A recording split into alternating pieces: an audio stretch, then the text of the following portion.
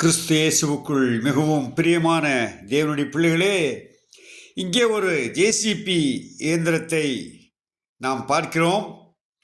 அதை இயக்குகிற அந்த டிரைவர் எவ்வளவு கடினத்தோடு அதை இயக்குகிறார். தன்னுடைய உயிருக்கு உத்தரவாதமின்றி இந்த பணியை செய்கிறார். இந்த ஜேசிபி இயந்திரத்தை குறித்து நான் பல நாள் சிந்தித்தது உண்டு. எனது சிந்தனையை இன்று உங்களோடு பகிர்ந்து கொள்கிறேன். இந்த ஜேசிபி இயந்திரம் பார்ப்பதற்கு சற்று அழகாக இருந்தாலும் இப்பொழுது இருக்கிற நவீன கவர்ச்சிகரமான அந்த வாகனத்தை போல அல்ல.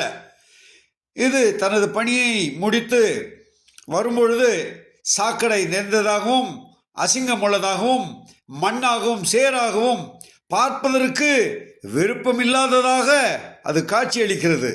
காரணம், அது சாக்கடையான இடத்திற்கு செல்லுகிறது, அதை சுத்தம் செய்கிறது, கரடுமுரடான இடத்தை சமமாக்கி அதிலே வீடு கட்டும்படியாக அது உதவி செய்கிறது. அது மட்டுமல்ல, மோசமான இடங்களை சமமாக்கி மக்கள் பயன்பாட்டிற்கு சாலை வசதி செய்து தர அது உதவுகிறது. அது மட்டுமல்ல, மோசமான நீரோடைகளை சாக்கடைகளை தூர்வாரி மக்கள் பயன்பாட்டிற்கு நல்ல தண்ணீரை நமக்கு தருகிறது. இன்னும் நாளை தினத்தில் தொடர்ந்து இதை குறித்து நாம் வாசிக்கலாம். இதை போலவே நாம் வேத வசனத்திற்கு இந்த ஜேசிபியை ஒப்பிட்டு பார்க்கலாம். இதற்கு பார்ப்பதற்கு பெரிய உருவம், அழகில்லை, சௌந்தரியமில்லை. நான் எதை குறித்து வாசிக்கிறேன் என்பது உங்களுக்கு தெரியும். உங்களுக்கு ஏசாயா தீர்க்கதரிசி புஸ்தகம் 53ஆம் அதிகாரம் 2ஆம் வசனம், 2ஆம் பிரிவு 3ஆம் வசனம். இதை தொடர்ந்து நாம் வாசிக்கலாம். அவருக்கு அழகும் இல்லை, சௌந்தரியமும் இல்லை. அவரை பார்க்கும்போது நாம் அவரை விரும்பத்தக்க ரூபம் அவருக்கு இல்லாதிருந்தது. அவர் அசட்டை பண்ணப்பட்டவரும் மனுஷரால் புறக்கணிக்கப்பட்டவரும் துக்கம் நிறைந்தவரும் பாடு அனுபவித்தவருமாயிருந்தார். அவரை விட்டு நம்முடைய முகங்களை மறித்து கொண்டோம். அவர் அசட்டை பண்ணப்பட்டிருந்தார், அவரை எண்ணாமல் போனோம்.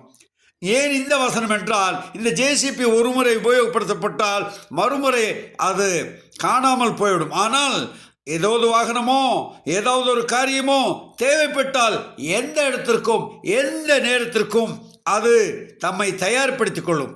இது போலவே நம்முடைய ஆண்டவராக இயேசு கிறிஸ்து நம்மை இரட்சிக்க அழகில்லாதவர்களாக சௌந்தரியம் இல்லாதவராக சிலுவையிலே மரித்தார்.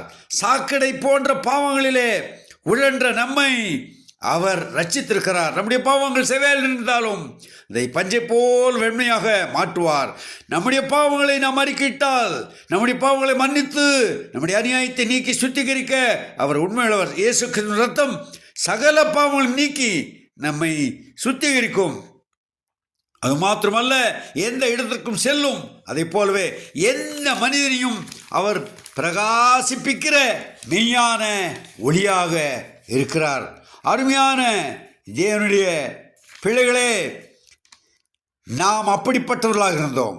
அக்கிரமத்தினாலும் பாவத்தினாலும் மரித்தவர்களாக இருந்தோம். நம்மை ஆண்டவராக இயேசு கிறிஸ்து உயிர்ப்பித்தார். அதுபோலவே இந்த ஜேசிபி இயந்திரம் அது எவ்வளவு வலிமையாக இருக்கிறது. ஆனால் அதை யாரும் அதிகமாக விரும்ப மாட்டார்கள். உபயோகப்படுத்தும் பொழுது அதை இல்லாமல் உபயோகப்படுத்த முடியாது. ஆகவே இயேசு கிறிஸ்து இந்த உலகத்திற்கு பாவிகளை ரட்சிக்க கிறிஸ்து இயேசு உலகத்தில் வந்தார் என்ற இந்த வார்த்தையை நாம் வாசிக்கிறோம், கேட்கிறோம், கற்றுக்கொள்கிறோம். எத்தனை பேர் அந்த ஆண்டவராக இயேசு கிறிஸ்து நம்மை இப்படிப்பட்ட சாக்கடை நிறைந்த இந்த உலகத்திலிருந்து நம்மை சுத்திகரித்து ஒரு சுத்தமான தண்ணீராக மாற்றியிருக்கிறார். கரடுமுரடான இதயம் உள்ள நம்மை ஒரு அழகான சாலையில் நடப்பது போல நம்மை சுத்திகரித்திருக்கிறார் இருதயத்தை. இவையெல்லாம் நாம் உணர்ந்தவர்களாக, ஆண்டவரே, இப்படிப்பட்ட மோசமான இருதயம் எல்லாவற்றை பார்க்கிறோம், மனித இருதயமே திருக்குள்ளதும் கேடுள்ளதுமான என்னை நீர் சுத்திகரித்தீரே, உம்மை துதிக்கிறேன், உம்மை ஸ்தோத்திரிக்கிறேன் என்று சொல்லி நாம் தேவனுக்கு நன்றி செலுத்துவோம்.